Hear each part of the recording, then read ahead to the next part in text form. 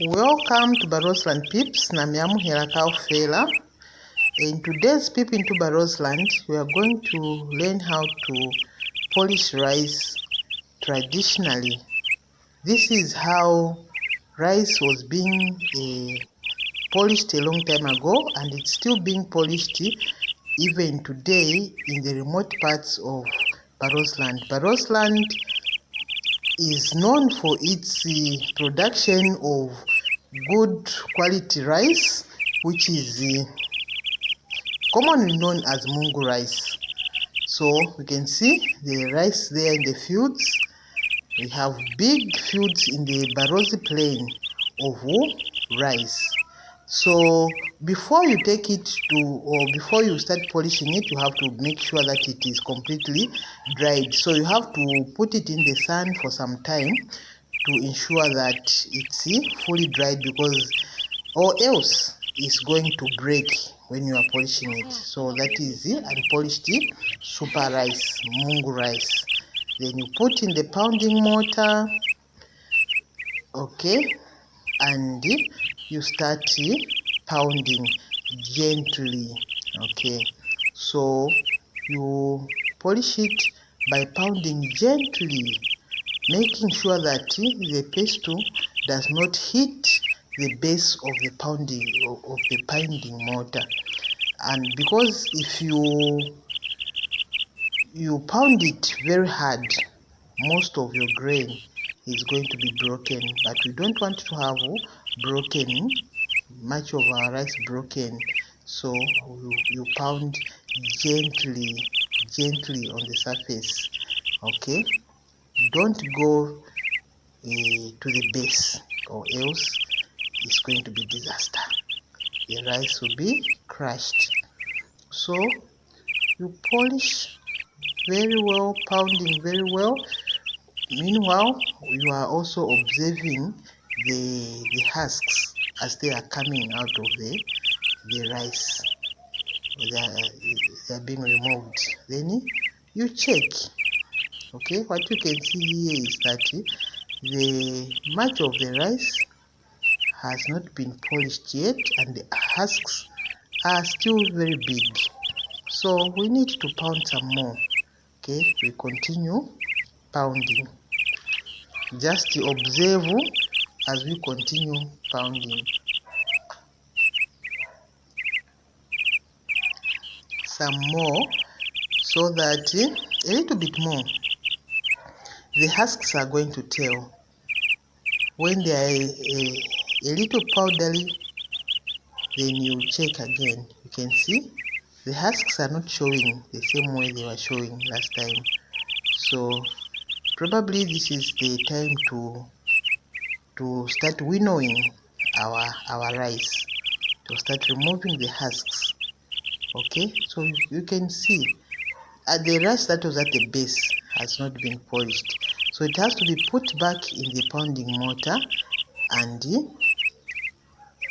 okay, and then you polish it a little more, just a bit. Okay, since it's not much, it's just a little, so that you add it to the rest of the rice. You pound it, you polish it. Okay, when it's also done, okay, then you add it to the rest of the rice and you start winnowing it. Okay, mwaifefula. If there is wind, makona kuulusa. If not, you can just do what you are seeing here. Okay, most times we use a winnowing basket that is flat, but we don't have it now that is looking like a tray, so that's why we are using this kind of a basket. Even this we use, okay, but the best would be the winnowing, the flat one, okay, the flat one. So you need to be highly skilled to do that. Okay, you can see the husks are coming out. So this is how you clean your rice. After you have finished winnowing it like this, of course there is some more rice that has not been polished. You can even see from the basket there, you see now much of it, some of it is not polished. So to ensure that everything, or you have less work of choosing or removing or separating the polished from the unpolished from the polished, you can see there's still a bit more that needs polishing. So you put it back into the pounding mortar and pound a little further. Okay, you pound it a little further and then you continue winnowing. You continue winnowing until such a time that you see that the most of it has been polished. Okay, that is putting it back for the second time. Okay, so again the polishing or the pounding should be gentle, even gentler than the earlier one, because for now there's just a bit that needs to be attended to, that needs polishing, but you have to polish it to put all of it in the pounding mortar. The husks are going to show or to tell you that they have come out. Even as you keep checking, you will see that the unpolished one has been polished to an extent where the unpolished, you can even count the unpolished ones will be countable. So you pound it gentler than it was in the first pounding. Okay, so after pounding it, when the husks also look powdery, then again you put in the winnowing basket and you start winnowing your rice. Okay, you continue winnowing it.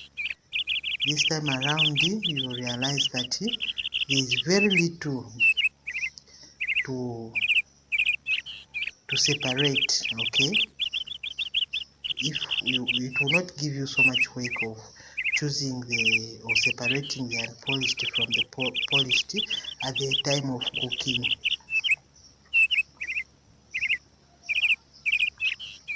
Okay, so if there was wind blowing, that's what you could have done, using two baskets, one put on the ground, then the other one would be pouring the rice in the one that is on the ground, closer. There's going to be another video that is going to give a demonstration of what I'm talking about here, the other form of removing the husks from the grain. This can be done with maize, it can be done with rice, and with whatever millet, whatever you are polishing. So you can choose to use, even at the time of removing the grain, the rice from the ears. That's what we do. Okay, after heating it and all that, there's going to be another video showing how we separate or how we remove the grain from the ear of the rice. Okay, so our rice has been done. That is how we polish rice. Traditionally, we don't need to have a meal. Okay,